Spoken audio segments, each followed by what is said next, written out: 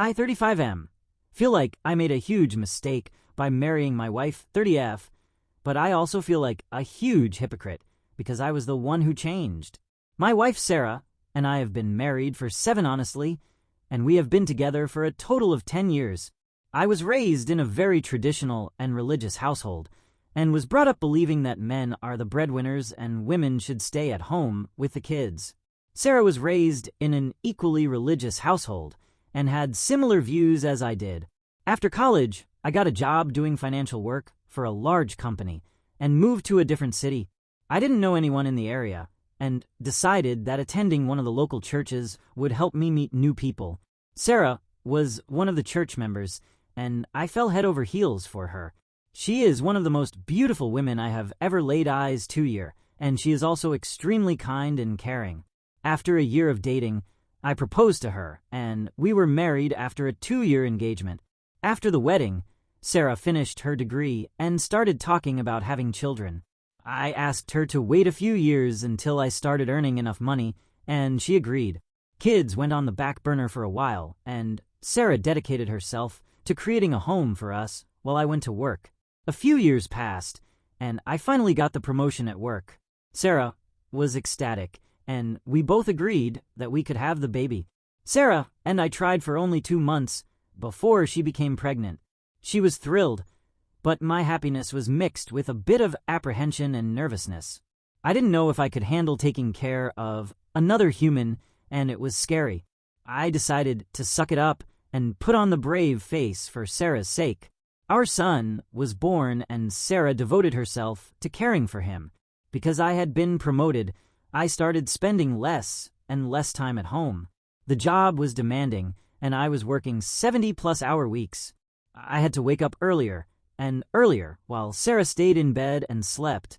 When I came home, Sarah always looked relaxed and happy playing with the baby.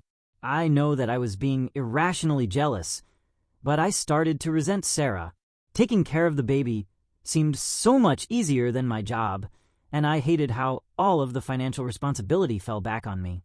It has been 2 years since I started feeling this resentment, and I started going to a therapist, but it's not helping. I hate coming home every day and trying to speak with Sarah. She has never had a job and does not understand how stressed I am from working. It's like I am speaking to a child whenever I try to discuss anything like finances or any topic more in depth than what is taught in high school. I don't want to be married to someone who doesn't feel like my equal. I know that this isn't Sarah's fault, but I feel like I am trapped and I just want out. TLDR, I'm bad at summaries. Wife and I married, and she always planned on being a stay-at-home mom. I took a promotion at work, and now I feel resentful towards my wife for staying at home with the baby. It doesn't feel like Sarah is an adult, and I don't know how to handle it. Comments. Commenter 1. Keep up the counseling. And add couples counseling. You two have communications and expectations issues. You originally agreed to her never working. You are changing the game now. Why didn't she work before you two decided to have a child? You write like you agreed on that. You should probably get a vasectomy so you don't have any more children, just in case. Taking care of a house and child is not easy. You can pay $20 an hour for a maid, more for the cook, and I don't know how much for a nanny while your wife works. So you can come home to an irritable spouse, a cranky baby, and someone who doesn't want to hear about your day. For some folks, you are living the dream. You get to come home to a clean and happy household. Your child is being raised by a primary parent. You don't have to worry about your wife cheating on you, or doing drugs, or abusing your child, or being a financial drain. She isn't dumping her daily woes on you. Instead, she is taking care of things, getting the furnace fixed, waiting for the plumber, painting the spare room, decorating for the holidays, making good food, etc. And you resent that. You may need a different counselor, but keep trying. Here are some other things that can help. Hit the gym. Get those endorphins flowing. Learn something new. Take a parenting class or 2. Teach your child to ride a tricycle or fly a kite, etc. I'll try to suggest the couples counseling. And you are right. I did agree to all of that in our relationship. That's why I feel like a huge hypocrite, because I am being hypocritical now. I know enough to realize that, but I don't know what I can do to fix it. We do have a maid that comes by once a week, and honestly, I would trade the clean house for a wife that can hold a conversation with me about anything other than reality TV or what happened in church. And yes, I resent it. I don't know why I do, but I do. I don't want to feel this way. Commenter 2. I have a friend who I went to school with, both to business school after. Lived as roommates together post-college, but he moved on. Makes 3x the amount I do, which is impressive for anyone his age and education. And he has no time with his wife or kids except one day a week, has no friends anymore. I, on the other hand, work hard at my job for my 8 to 9 hours a day, come home, and it's gone. I'm not worried about work ever, and it's great. I like my job. I love my home life. Update. I made this post a few weeks ago about the resentment I started to feel towards my wife after I had been promoted at work. I just want to say thank you all for the advice, and I have a very happy update for you all. I took a week to think about the post and my own feelings. I talked it out in therapy, and I came to the conclusion that I could not keep working 70 hours a week. It was destroying my relationship with my wife and son, and it was also destroying my happiness. I spoke to my boss, and he was very understanding and told me that there was enough in the budget to hire an assistant for me. My assistant started 2 weeks ago, and my workload has been dramatically reduced. I have been able to work a normal 40-hour work week, and I am now finally coming home before 6 p.m. each weekday. I spoke with my best friend about my wife, and he knocked some sense into me. He told me how jealous he and the rest of our friends were over my wife, and how lucky I was to be with a woman who is supermodel attractive, yet driven and kind and compassionate like my wife. Later that night, I drank a bottle of scotch and got sloppy drunk. My wife found me puking in the bathroom, and in my drunken haze I confessed to her everything I was holding back. I told her about how I felt left out because I wasn't around for our son, how I didn't feel connected to her like I wanted to be, the whole 9 yards. She held me and let me cry it out, and she told me that she loved me. The wife and I are headed to couples counseling, but we also signed up for cooking classes to build a common hobby. She says that she will stay by me as long as I stay by her, no matter what happens. I love her and she loves me, and I think we are going to be okay. One last detail that I can't think to put anywhere else. All 3 of us are taking a month-long vacation after Christmas in order to have family bonding time. Wife and I both agree that we need this vacation. TLDR, pulled my head out of my ass and told my boss that I had too much work to handle. I got an assistant and relieved myself from that stress. I spoke with my best friend who knocked some sense into me about how wonderful my wife is. She and I are going to counseling, and we are going to work it out. Comments. Commenter, good for you. Now keep it up. Don't do the stoic, suffer in silence type. Trust your wife to listen to and care about your problems. The Psalm can still be educated and sophisticated. Encourage her to grow intellectually with you. Thanks. My problem was that I let my prejudices cloud my view of my wife. She studied hospitality management, and I wasn't able to view her skills with the same respect as I gave to math and finance. I'm learning different techniques to rewire my brain into having a less conservative view. I made a list of all the skills that Sarah has and how they blow mine out of the water. Her skills aren't any less worthwhile than mine. They are simply different.